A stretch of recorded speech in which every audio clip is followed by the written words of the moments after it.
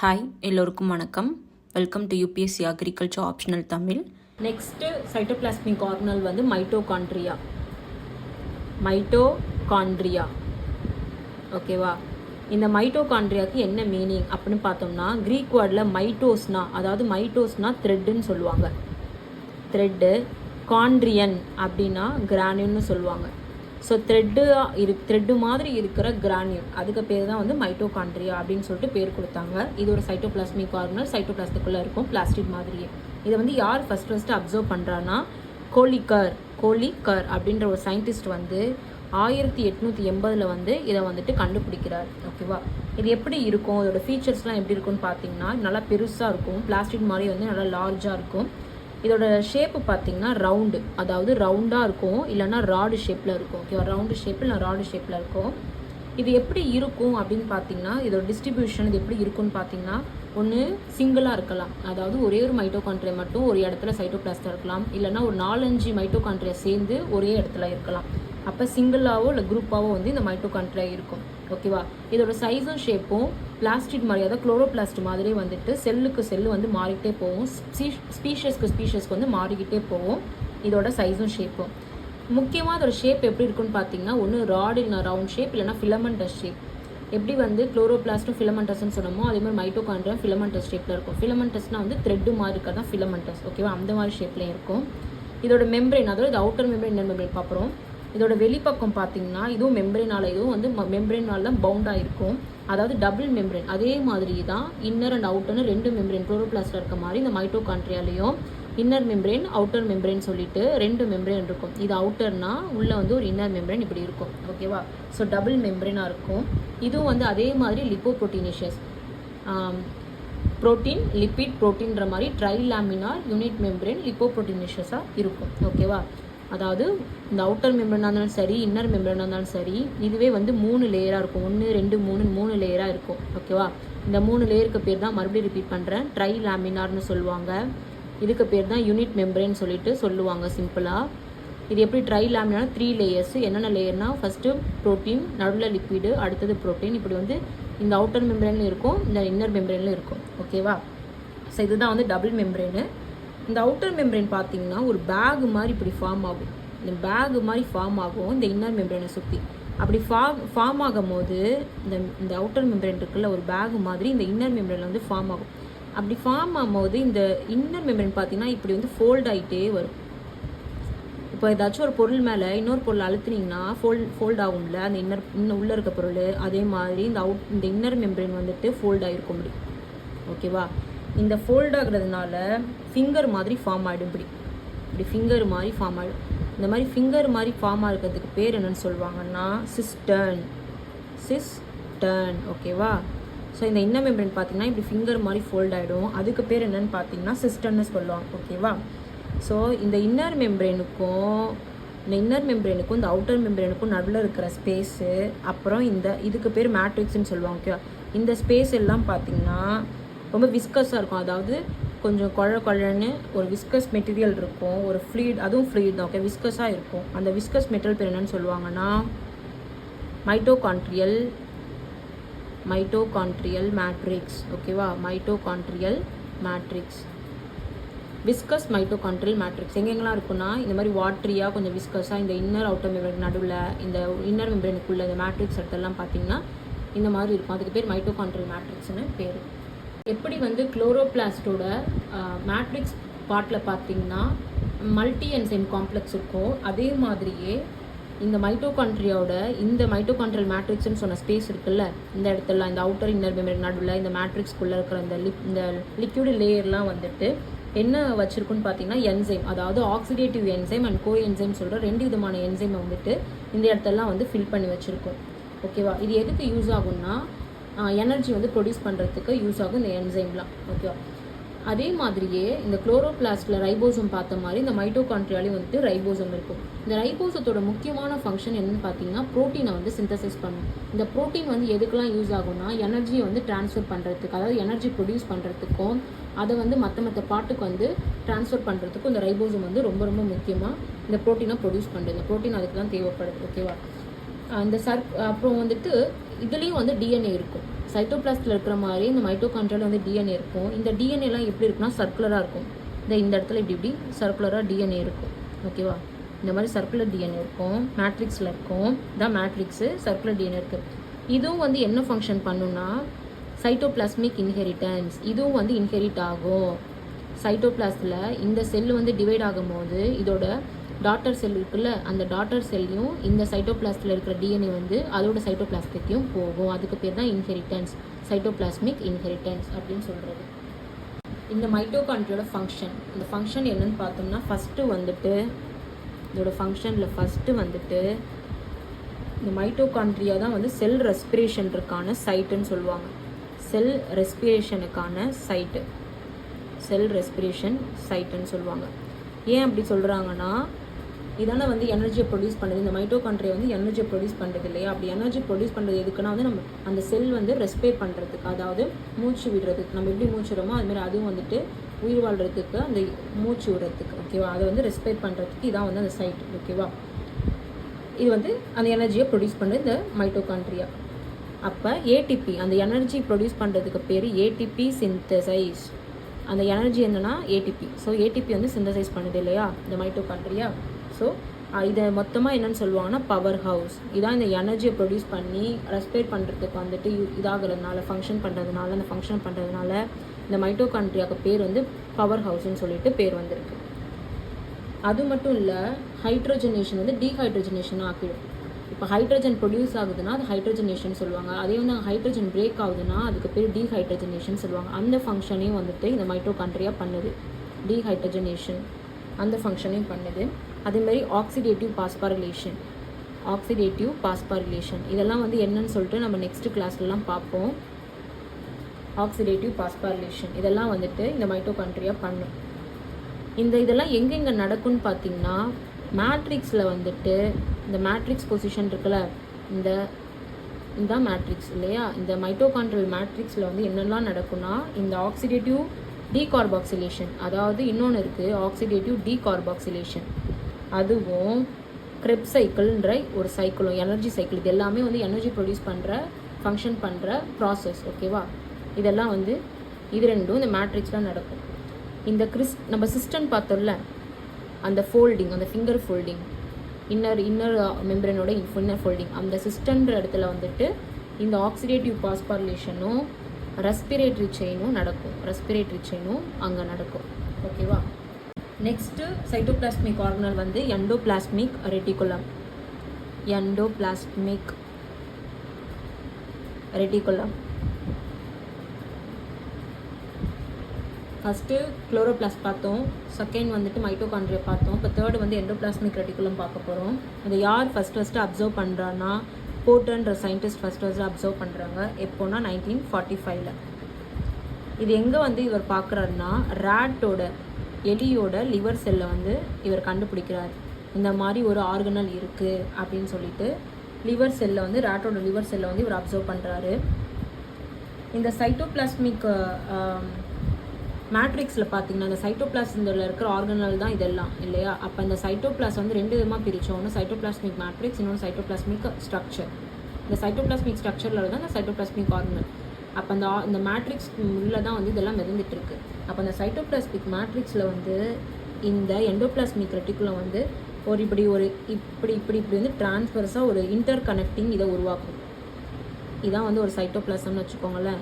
இதில் இருக்க அந்த சைட்டோபிளாஸ்மிக் மேட்ரிக்ஸ், இதான் மேட்ரிக்ஸ்னால் இதில் இப்படி இருக்கிற ஆர்கனல் தான் வந்து நம்ம படிச்சுக்கிட்டு இருக்கோம். அதில் ஒரு ஆர்கனல் தான் எண்டோபிளாஸ்மிக் ரெட்டிகுலம். இந்த எண்டோபிளாஸ்மிக் ரெட்டிகுலம் எப்படி இந்த மேட்ரிக்ஸில் இருக்குன்னா இப்படி இருக்கும். இப்படி டிரான்ஸ்வர்ஸாக இப்படி இன்டர் கனெக்டட் 1, 2 இப்படி இன்டர் கனெக்டடாக வந்துட்டு ஒரு டியூபிள் மாதிரி ஃபார்ம் ஆகும். அதுதான் வந்து எண்டோபிளாஸ்மிக் ரெட்டிகுலம்னு சொல்லுவாங்க. ஓகேவா, இது வந்து ஒரு இன்டர் கனெக்டடாக இருக்கும். எங்கேயுமே வந்து டிஸ்கண்டினியூவாக இருக்காது, எல்லாமே கண்டினியூஸாக இருக்கும். அப்போ இன்னொன்று வந்து கனெக்ட் ஆகி இருக்கும் இந்த மாதிரி டிரான்ஸ்வர்ஸாக.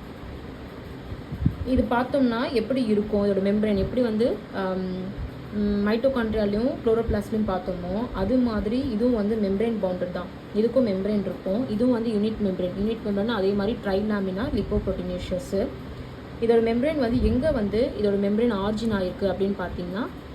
இந்த பிளாஸ்மா மெம்பரேன் நம்ம ஒன்று பார்த்தோம்ல, அந்த பிளாஸ்மா மெம்பரேன் என்ன பண்ணால் இதோட மெம்பரேனை வந்து உருவாக்கும். அந்த பிளாஸ்மா மெம்பரேன் வந்து புஷ் பண்ணும்போது, ப்ரொடியூஸ் ஆகும்போது புஷ் பண்ணும். அதை புஷ் பண்ணும்போது இதுக்கு வந்துட்டு மெம்பரேன் வந்து கிரியேட் ஆகிடும். இந்த எண்டோபிளாஸ்மிக் ரெட்டிகுலம்க்கு வந்து மெம்பரேன் வந்து கிரியேட் ஆகிடும்.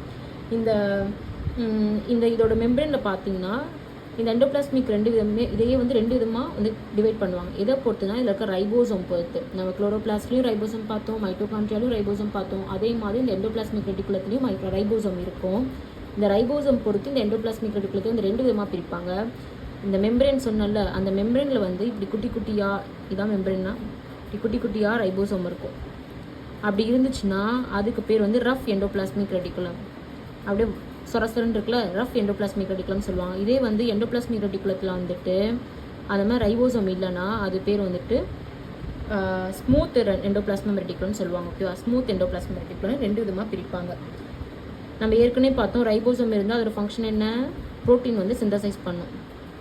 அப்போ இந்த ரஃப் எண்டோபிளாஸ்மிக் ரெட்டிகுலத்தில் ரைபோசோம் இருக்கிறனால இந்த ப்ரோட்டீன் வந்து சிந்தசைஸ் பண்ணும். இந்த ஸ்மூத் எண்டோபிளாஸ்மிக் ரெட்டிகுலம் எதை சிந்தசைஸ் பண்ணுன்னா ப்ரோட்டீனை தவிர்த்து மீதிய லிப்பிடையும் கிளைக்கோஜன்றது கார்போஹைட்ரேட் ப்ரொடியூஸ் பண்ணுற மெட்டீரியல். ஸோ லிப்பிடுன்றது நமக்கு தெரியும், லிப்பிடை ப்ரொடியூஸ் பண்ணுறது டேரெக்டாகவே இருக்குது லிப்பிடு. ஆனால் கிளைக்கோஜன்றது கார்போஹைட்ரேட் ப்ரொடியூஸ் பண்ணுற மெட்டீரியல். ஸோ இது ரெண்டுத்தையும் இந்த ஸ்மூத் எண்டோபிளாஸ்மிக் ரெட்டிகுலம் ப்ரொடியூஸ் பண்ணும். ரஃப் எண்டோபிளாஸ்மிக் ரெட்டிகுலத்தில் ரைபோசோம் இருக்கிறனால இந்த ப்ரோட்டீனை வந்து ப்ரொடியூஸ் பண்ணும். ஓகேவா? இது முக்கியமாக இந்த ரஃப் எண்டோபிளாஸ்மிக் ரெட்டிகுலம் எதில் நீங்கள் பார்க்கலாம்னா பேன்க்ரியாட்டிக் செல். பேன்க்ரியாஸ்னு ஒரு பார்ட் இருக்கும் எல்லாத்துலேயுமே. இப்போ நம்மளோட அனிமல்ஸ் எல்லாம் வந்து பார்த்திங்கன்னா பேன்க்ரியாஸ் இருக்கும். பேன்க்ரியாஸ் வந்து எதுக்கு முக்கியமான இன்சுலின் ப்ரொடியூஸ் பண்ணும். ஸோ இந்த பேன்க்ரியாட்டிக் செல்லில் வந்து இந்த ரஃப் எண்டோபிளாஸ்மிக் ரெட்டிகுலத்தை பார்க்கலாம். இந்த எண்டோபிளாஸ்மிக் ரெட்டிகுலத்தோட முக்கியமான ஒரு மெயின் ஃபங்க்ஷன் பார்த்தீங்கன்னா இது வந்து இன்டர் கனெக்டிங்காக இருக்கும் சொல்லியிருக்கேன். அந்த இன்டர் கனெக்டிங் என்ன பண்ணால் இந்த மெம்பரேன், இதோட மெம்பரேன் போய் பிளாஸ்மா இந்த செல்லோட இதில் தான் இப்படி எண்டோபிளாஸ்மிக் ரெட்டிகுலம் இருக்கும் இல்லையா, இது நியூக்ளியஸ். இந்த நியூக்ளியஸ் கூடயும் இப்படி இன்டர் கனெக்ட் ஆகிடும். அது மாதிரி இதுதான் பிளாஸ்மா மெம்பரேன்னா பிளாஸ்மா மெம்பரேன் கூட இது இன்டர் கனெக்ட் ஆகிடும். இப்படி இன்டர் கனெக்டடாக இருக்கும். அப்போ கண்டினியூஸாக இருக்கும். நான் முன்னாடி சொன்ன மாதிரி இது கண்டினியூஸாக இருக்கும், டிஸ்கண்டினியூஸாக இருக்காது. அப்போ இது இப்படி நியூக்ளியஸோட நியூக்ளியர் மெம்பரேன்லையும் பிளாஸ்மா மெம்பரேன்லையும் வந்து இப்படி கனெக்டிங்காக இருக்கும். இந்த எண்டோபிளாஸ்மிக் ரெட்டிகுலத்தை எடுத்துக்கிட்டிங்கன்னா இது வந்து 3 ஃபார்மில் இருக்கும். அதாவது ஒரே ஃபார்மில் இருக்காது, இது மொத்தம் 3 ஃபார்மான ஷேப்பில் வந்து இருக்கும். ஃபஸ்ட்டு வந்து சிஸ்டர்னேன்னு சொல்லுவாங்க. சிஸ்டர்னே. இந்த சிஸ்டர்னே என்னன்னு பார்ப்போம். ஃபஸ்ட்டு சிஸ்டர்னேனா எப்படி இருக்குன்னா இந்த எண்டோபிளாஸ்மிக் ரெட்டிகுலம் லாங்காக இருக்கும், இப்படி ஃப்ளாட்டாக இருக்கும், இப்படி இன்டர் கனெக்டடாக இருக்கும். லாங்காக இப்படி ஃப்ளாட்டாக இருந்தால் அதுக்கு பேர் சிஸ்டர்னேன்னு சொல்லுவாங்க. ஒரு சாக் மாதிரி ஃபார்ம் ஆகிருக்கும். அதே மாதிரி இந்த டியூபல்லாம் பார்த்தீங்கன்னா அன்பிரான்ச்சட், எங்கேயுமே வந்து இப்படி பிரான்ச்சிங்காக இருக்காது. ஓகே, இப்படி பிரான்ச்சிங்காக இருக்காது, இப்படி தான் இருக்கும், எங்கேயுமே பிரான்ச் இல்லாமல் இருக்கும். இதான் வந்து சிஸ்டர்னேன்னு சொல்லுவாங்க. இந்த மாதிரி பேரலாக அரேஞ்ச் ஆகிருக்கும். இதோட வந்து சைஸ் பார்த்தீங்கன்னா 40 to 50 mu in diameter. Second வந்து வெசிக்கல் ஃபார்மில் இருக்கிற எண்டோபிளாஸ்மிக் ரெட்டிகுலம் வந்து வெசிக்கல் அப்படின்னு சொல்லுவாங்க. இது எப்படி இருக்குன்னா இப்படி ரவுண்டாக ஓவல் ஷேப்பில் இருக்கும். இது வந்து மெம்பரேன் பவுண்ட், இப்படி மெம்பரேன் இருக்கும், ப்ரொடக்ட் பண்ணுற ஒரு லேயர் இருக்கும், மெம்பரேன் இருக்கும். அதுமாரி வேக்குலர் ஸ்ட்ரக்சர், இந்த வெசிக்கல்குள்ளேயே இப்படி ஓட்டையாக ஹாலோ கேவிட்டி இருக்கும், அதுக்கு பேர் வேக்குலார்னு சொல்லுவாங்க. அது வேக்குலர் ஸ்ட்ரக்சர் இருக்கும். இதோட சைஸ் பார்த்தீங்கன்னா 25லேருந்து 230 மியூ இன் டயாமீட்டர் வரையும் இருக்கும், தேர்டு வந்து டியூபல்ஸ் வந்துட்டு இங்கே வந்து பிரான்ச் இல்லாமல் இருக்குன்னு சொன்னேன் இல்லையா, இதுதான் டியூபல்ஸ். பிரான்ச்சோடு இருக்கும், இப்படி பிரான்ச் ஃபார்ம் ஆகிருக்கும், அதுதான் வந்து டியூபல்ஸ். ஓகேவா? பிரான்ச்சாக இருக்கும். இது வந்து 50 to 190 மியூ இன் டயாமீட்டராக இருக்கும். இந்த டியூபல்ஸ்க்கு வந்து முக்கியமானா இந்த ஸ்ட்ரக்சர், இந்த பிரான்ச் வந்து இந்த சிஸ்டர்னே வெசிக்கல் எங்கெல்லாம் இந்த எண்டோபிளாஸ்மிக் ரெட்டிகுலம் வேறு ஃபார்மில் இருக்கோ அது கூட இப்படி கனெக்ட் ஆகிருக்கும். இந்த வெசிக்கல் கூட இப்படி கனெக்ட் ஆகிருக்கும். இந்த சிஸ்டர்னே ஷேப்பில் இருக்கிற எண்டோபிளாஸ்மிக் ரெட்டிகுலம் கூட கனெக்ட் ஆகிருக்கும். அப்போ இந்த எண்டோபிளாஸ்மிக் ரெட்டிகுலம் எல்லாமே வந்து ஒரு இன்டர் கனெக்டடாக தான் இருக்கும், ஒரு கண்டினியூஸாக தான் இருக்கும், எங்கேயுமே டிஸ்கண்டினியூஸாக இருக்காது. அடுத்தது ஒரு ஃபங்க்ஷன் பார்ப்போம். இது ஒரு ஃபங்க்ஷன் பார்த்தீங்கன்னா சைட்டோபிளாஸ்மிக் மேட்ரிக்ஸ்க்கு வந்து ஒரு ஸ்ட்ரக்சர் கொடுக்குறதே இந்த எண்டோபிளாஸ்மிக் ரெட்டிகுலமாக தான் இருக்கும். ஸோ இது வந்து ஸ்ட்ரக்சர் கொடுக்குது, சைட்டோபிளாஸ்மிக் மேட்ரிக்ஸ்க்கு வந்து ஒரு ஸ்ட்ரக்சர் கொடுக்குது. அடுத்து வந்துட்டு இன்ட்ராசெல்லுலர் சர்க்குலேட்டரி சிஸ்டமாக இது ஆக்ட் ஆகுது. அதாவது ஒரு செல்லுக்கும் இன்னொரு செல்லுக்கும் வந்துட்டு ஒரு பாதையாக வந்துட்டு இது வந்துட்டு இருக்குது. எப்படின்னா இது வந்து நியூக்ளியர் மெம்பரேன் கூடயும் பிளாஸ்மா மெம்பரேன் கூட கனெக்ட் ஆகுது இல்லையா, அப்போ அது வந்து இன்னொரு செல்லுக்கும் ஒரு கனெக்டிவிட்டியாக வந்துட்டு இது இருக்குது. சரியா? அடுத்து வந்து இது முக்கியமான ஃபங்க்ஷன், ரொம்ப முக்கியமான ஃபங்க்ஷன் பார்த்தீங்கன்னா, இதுவும் வந்து ஸ்டோரும் சிந்தசைஸும் பண்ணும். இதெல்லாம் வந்து தேவைப்படுது ஒரு ஃபுட் மெட்டீரியல் தேவைப்படுது ஒரு ஆர்கானிசத்துக்கு, அது எல்லாத்தையும் வந்து ஸ்டோரு சிந்தசைஸ்லாம் இது பண்ணணும். இதான் வந்து நியூக்ளியர் மெம்பரேன் மெட்டீரியலுக்கு வந்துட்டு, அதாவது நியூக்ளியர் மெம்பரேன் ப்ரொடியூஸ் ஆகுது இல்லை ஒரு செல்லோட நியூக்ளியர் மெம்பரேன், அவுட்டர் மெம்பரேன், அதுக்கு தேவையான அந்த நியூக்ளியர் மெம்பரேன் ப்ரொடியூஸ் பண்ணுறதுக்கான சோர்ஸே வந்துட்டு இதான் வந்து அதாவது கொடுக்கும். இதான் வந்து ப்ரொவைட் பண்ணுது. இந்த எண்டோபிளாஸ்மிக் ரெட்டிகுலம் தான் வந்து ப்ரொவைட் பண்ணுது. அதே மாதிரி செல்லு வந்து டாக்ஸிசிட்டியாக இருந்துச்சுன்னா, அதாவது இப்போ ஒரு செல்லில் வந்துட்டு ரொம்ப அதிகமான வேஸ்ட் மெட்டீரியல்ஸ் எந்த டாக்ஸிட்டி கிரியேட் பண்ணாமல் இருக்கிறதுக்கும் இந்த எண்டோபிளாஸ்மிக் ரெட்டிகுலம் வந்து ரொம்ப உதவும். ஓகேவா? எண்டோபிளாஸ்மிக் ரெட்டிகுலம் வந்து இன்ட்ரா செல்லுலர் சர்க்குலேட்டரி சிஸ்டம்னு பார்த்தோம். ஒரு செல்லுக்கு இன்னொரு செல்லும் கனெக்ட் பண்ணுற ஒரு சிஸ்டமாக வந்து இந்த எண்டோபிளாஸ்மிக் ரெட்டிகுலம் இருக்குன்னு பார்த்தோம். அதாவது இன்ட்ரா செல்லுலர் அப்படின்னு பார்த்தோம். அப்படி இருக்கும் போது இந்த எண்டோபிளாஸ்மிக் ரெட்டிகுலம் வந்து ஒரு இம்பல்ஸை வந்து டிரான்ஸ்மிட் பண்ணும். ஒரு செல்லேருந்து இன்னொரு செல்லுக்கு இம்பல்ஸ் டிரான்ஸ்மிட் பண்ணும். அந்த மாதிரி ஃபங்க்ஷன் பண்ணும்போது இந்த எண்டோபிளாஸ்மிக் ரெட்டிகுலத்துக்கு என்ன பேருனா சார்கோபிளாஸ்மிக் ரெட்டிகுலம் அப்படின்ற பேர். ஓகேவா? இந்த சார்கோபிளாஸ்மிக் ரெட்டிகுலம் எதில் முக்கியமாக பார்த்தீங்கன்னா மசில் செல்லு. இந்த நம்ம மசில் செல்லாம் கான்ட்ராக்ட் ஆகி ரிலாக்ஸ் ஆகும் இல்லையா? இப்போ நம்ம கையை வந்து ஒரு இடத்துல ரொம்ப நேரம் உட்காந்துருக்கோம்னு நினைக்கிறீங்க வச்சுக்கோங்களேன், திடீர்னு எழுதிக்கிறோம்னா அப்போ வந்து அந்த மசில் வந்து ரிலாக்ஸ் ஆகும், கான்ட்ராக்ஷன் பொசிஷனில் இருக்கு வந்து ரிலாக்ஸ் ஆகும். அந்த மாதிரி ஆகும்போது இம்பல்ஸ் கிரியேட் ஆகும். அந்த மாதிரி இம்பல்ஸ் கிரியேட் பண்ணது எண்டோபிளாஸ்மிக் ரெட்டிகுலம். ஸோ அந்த மாதிரி இம்பல்ஸ் கிரியேட் பண்ணுற ரெட்டிகுலத்துக்கு பேர், எண்டோபிளாஸ்மிக் ரெட்டிகுலத்துக்கு பேர் வந்து சார்கோபிளாஸ்மிக் ரெட்டிகுலம். எண்டோபிளாஸ்மிக் ரெட்டிகுலத்துக்கு அடுத்து இருக்கிற சைட்டோபிளாஸ்மிக் ஆர்கனில் நம்ம என்ன பார்க்க போகிறோம்னா கோல்கி காம்ப்ளெக்ஸ். இந்த கோல்கி காம்ப்ளெக்ஸ்ன்றது பிளான்ட் செல்லில் வந்து என்னன்னு சொல்லுவாங்கன்னா டிக்டியோசோம். ஓகேவா? இதே வந்து அனிமல் செல்லில் வந்து நம்ம கோல்கி காம்ப்ளெக்ஸ்ன்னு சொல்லுவோம். இதே வந்து பிளான்ட் செல் அதுக்கு பேர் வந்து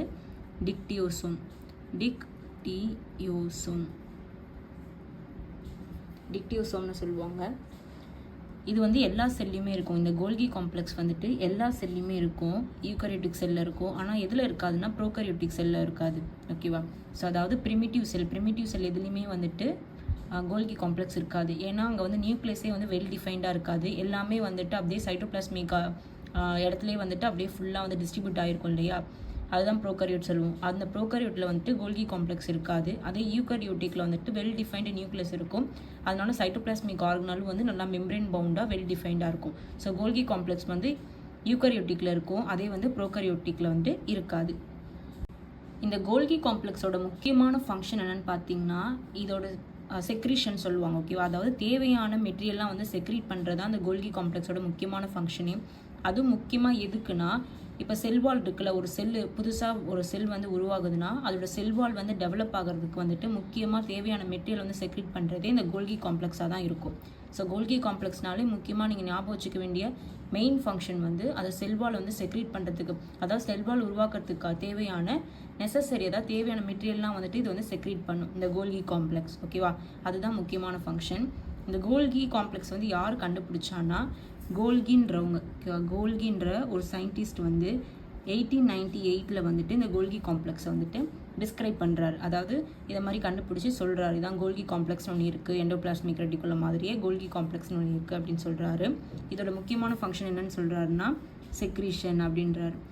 செக்ரீஷன்றாரு. என்ன முக்கியமான செக்ரீஷன்னா செல்வால், அதாவது ஒரு நியூ செல்லில் வந்துட்டு அந்த செல்வால் இருக்குல்ல, இந்த மெம்பரேன், அந்த செல்வால் மெம்பரேனே வந்துட்டு செக்ரீட் பண்ணுறதுக்கான தேவையான மெட்டீரியல்லாம் அந்த வந்து இந்த கோல்கி காம்ப்ளெக்ஸ் தான் வந்துட்டு ப்ரொடியூஸ் பண்ணுது அப்படின்னு சொல்லிட்டு இந்த கோல்கி சொல்கிறாரு.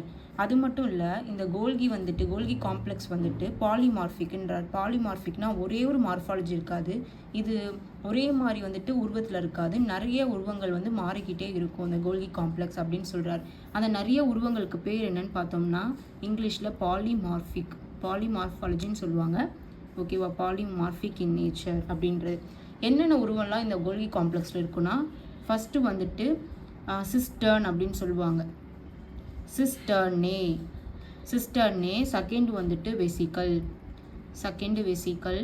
தேர்டு வந்துட்டு வேக்யூல். ஓகேவா? ஸோ 3 விதமான பாலிமார்ஃபிக் ஸ்ட்ரக்சர் வந்துட்டு இந்த கோல்கி காம்ப்ளெக்ஸில் இருக்குது. ஃபஸ்ட்டு வந்துட்டு சிஸ்டர்னே, செகண்ட் வந்து வெசிக்கல், தேர்டு வந்து வேக்யூல் அப்படின்னு சொல்லிட்டு சொல்லுவாங்க. இது வந்து எப்படி எண்டோபிளாஸ்மிக் ரெட்டிகுலத்தை வந்து 3 பிரின்சிபல் ஃபார்ம் இருக்குமோ அதே மாதிரி கோல்கி காம்ப்ளெக்ஸில் வந்து 3 விதமான மார்ஃபாலஜி இருக்கும். ஒன்று வந்து சிஸ்டர்னே, செகண்ட் வெசிக்கல், தேர்டு வந்து வேக்யூல். இப்போ அதோட ஷேப்பு பார்ப்போம். அந்த கோல்கி காம்ப்ளெக்ஸோட ஷேப்பு பார்த்தீங்கன்னா டிஸ்க் ஷேப்பில் இருக்கும், அதாவது இப்படி டிஸ்க் ஷேப்பில் இருக்கும். ஓகேவா? இப்போ இந்த கோல்கி காம்ப்ளெக்ஸோட ஸ்ட்ரக்சர் பார்ப்போம். ஒரு ரஃப் டயக்ராம். இதுதான் கோல்கி காம்ப்ளெக்ஸ்.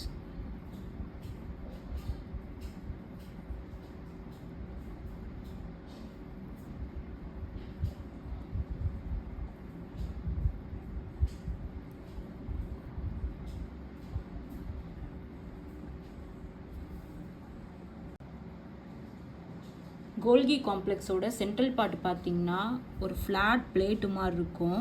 ஓகே, அந்த மாதிரி ஃப்ளாட் பிளேட்டு மாதிரி இருக்கும். இதுக்கு பேர் தான் வந்து சிஸ்டர்னே அப்படின்றது. ஓகேவா? சிஸ்டர்னே. இந்த பெரிஃபரல் ஏரியாலாம் பார்த்தீங்கன்னா, இந்த ஓரத்தெல்லாம் பார்த்தீங்கன்னா இந்த டியூபிள்ஸ் மாதிரி இருக்குல்ல, இந்த மாதிரி டியூபிள்ஸ்லாம் நிறையா இருக்கும், இன்டர் கனெக்டிங் டியூபிள்ஸு. ஓகேவா?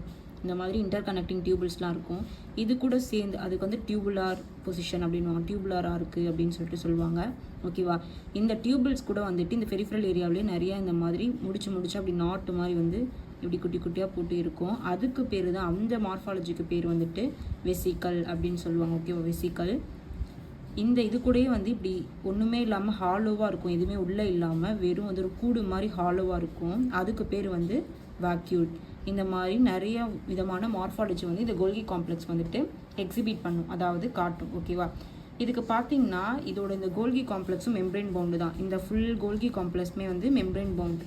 இந்த ஃப்ளாட் பிளேட் மாதிரி இருக்க சிஸ்டர்னேவும் இப்படி வந்துட்டு மெம்ப்ரெயின் பவுண்டாக தான் இருக்கும், ஃபுல்லாக சுற்றி ஒரு மெம்ப்ரெயின் பவுண்டாக தான் இருக்கும். அதே மாதிரி இந்த வெசிக்கல்ஸுமே வந்துட்டு மெம்ப்ரெயின் பவுண்டாக தான் இருக்கும். இந்த வேக்யூலுமே பார்த்தீங்கன்னா மெம்ப்ரெயின் பவுண்டாக இருக்கும், அதாவது ஒரு அவுட்டர் மெம்ப்ரெயின் கண்டிப்பாக இருக்கும். அதுதான் வந்து மெம்ப்ரெயின் பவுண்டு. எல்லா சைட்டோபிளாஸ்மிக் ஆர்கனல்ஸ் பார்த்தீங்கனாலுமே மெம்ப்ரெயின் பவுண்டாக தான் இருக்கும். ஓகேவா? இந்த கோல்கி காம்ப்ளெக்ஸோட மெம்ப்ரெயின், இந்த மெம்ப்ரெயின் பார்த்தோம்ல, இந்த மெம்ப்ரெயின் எல்லாமே எதுலேருந்து வந்து செக்ரீட் ஆகும்னா, அதாவது வரும்னா எண்டோபிளாஸ்மிக் ரெட்டிகுலத்துலேருந்து. இந்த எண்டோபிளாஸ்மிக் ரெட்டிகுலம் வந்துட்டு இந்த மெம்ப்ரெயினுக்கு வந்து இப்படி இன்டர் கனெக்ட் ஆகி இதுக்கு வந்துட்டு மெம்ப்ரெயின் வந்து உருவாக்கும். ஓகேவா? இந்த கோல்கி காம்ப்ளெக்ஸ்க்கு வந்து மெம்ப்ரெயின் உருவாக்குறதே வந்து எண்டோபிளாஸ்மிக் ரெட்டிகுலம் தான். ஸோ எண்டோபிளாஸ்மிக் ரெட்டிகுலம் தான் வந்துட்டு இந்த கோல்கி காம்ப்ளெக்ஸ்க்கான இந்த அவுட்டர் மெம்ப்ரெயின் வந்து டெவலப் ஆகும். இந்த அவுட்டர் மெம்ப்ரெயினுமே எல்லா மெம்ப்ரெயின் மாதிரி, அதாவது எல்லா சைட்டோபிளாஸ்மிக் ஆர்கனால இருக்கிற மெம்ப்ரெயின் மாதிரி லிப்போ ப்ரோட்டீனேஷியஸாக இருக்கும், யூனிட் மெம்ப்ரெயினாக இருக்கும். ஓகேவா? லிப்பிடு, ப்ரோட்டீன், லிப்பிடு, ப்ரோட்டீன் சொல்லிட்டு 3 லேயராக யூனிட் மெம்ப்ரெயினாக இருக்கும், ட்ரை லாமினராக இருக்கும். எல்லா சைட்டோபிளாஸ்மிக் முக்காசி நம்ம பார்த்து இப்போ வரையும் பார்த்து எல்லா சைட்டோபிளாஸ்மிக் ஆர்கனும் அதே மாதிரி தான் இருக்குது. அதே மாதிரி தான் கோல்கி காம்ப்ளெக்ஸும் இருக்கும். இதுலேயுமே வந்துட்டு இப்போ வரையும் பார்த்த சைட்டோபிளாஸ்மிக் ஆர்கனல் மாதிரி ரைபோசோம் இருக்கும். இந்த ரைபோசோம் தான் வந்துட்டு ப்ரோட்டீனை வந்து செக்ரீட் பண்ணும். இந்த வெசிக்கல் கிட்ட இந்த மாதிரி இந்த டிஸ்க் ஷேப் இந்த இருக்க அந்த சிஸ்டம், இந்த ஃப்ளாட் ஷேப்லாம் வந்துட்டு இந்த ரைபோசோம் இப்படி குட்டி குட்டியாக இருக்கும்.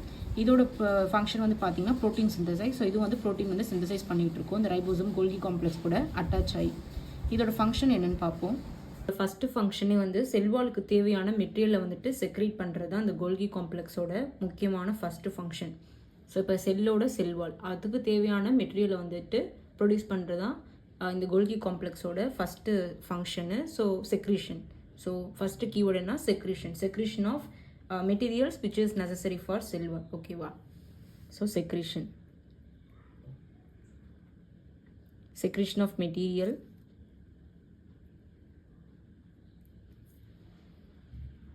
for cell wall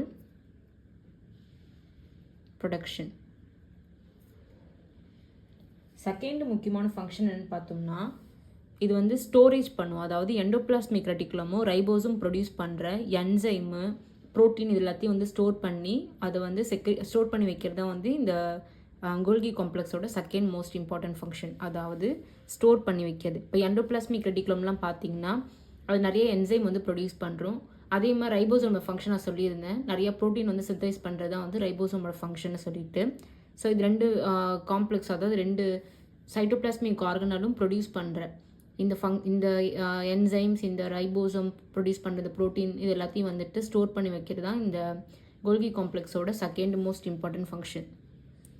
storage of materials, அதாவது storage of enzyme and protein. ஓகேவா? Storage of enzyme and protein produced by endoplasmic reticulum and ribosome. முக்கியமான ஃபங்க்ஷன் இதெல்லாம். தேர்ட் மோஸ்ட் இம்பார்ட்டன்ட் ஃபங்க்ஷன் என்னன்னா, எப்படி வந்து கோல்கி காம்ப்ளெக்ஸோட மெம்ப்ரெயின், அதாவது அவுட்டர் மெம்ப்ரெயின் வந்துட்டு எண்டோபிளாஸ்மிக் ரெட்டிகுலம் வந்துட்டு கொடுக்குதோ, அதாவது ப்ரொடியூஸ் பண்ணுதோ, அதே மாதிரி அது ஒரு சைக்கிளாக இருக்கும். இந்த கோல்கி காம்ப்ளெக்ஸ் வந்து plasma மெம்ப்ரெயினோட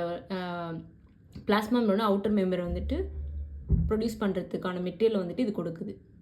they play a role in plasma membrane formation. ஓகேவா? ஃபோர்த் என்னன்னு பார்த்தீங்கன்னா மைட்டோகாண்ட்ரியா வந்துட்டு ஏடிபி ப்ரொடியூஸ் பண்ணது இல்லையா, அந்த ஏடிபி ப்ரொடியூஸ் பண்ணுறதுக்கு அந்த மைட்டோகாண்ட்ரியாவை ஆக்டிவேட் பண்ணுறதே இந்த கோல்கி காம்ப்ளெக்ஸ் தான். ஸோ இது என்ன பண்ணும், it activate mitochondria to produce ATP. ஓகேவா?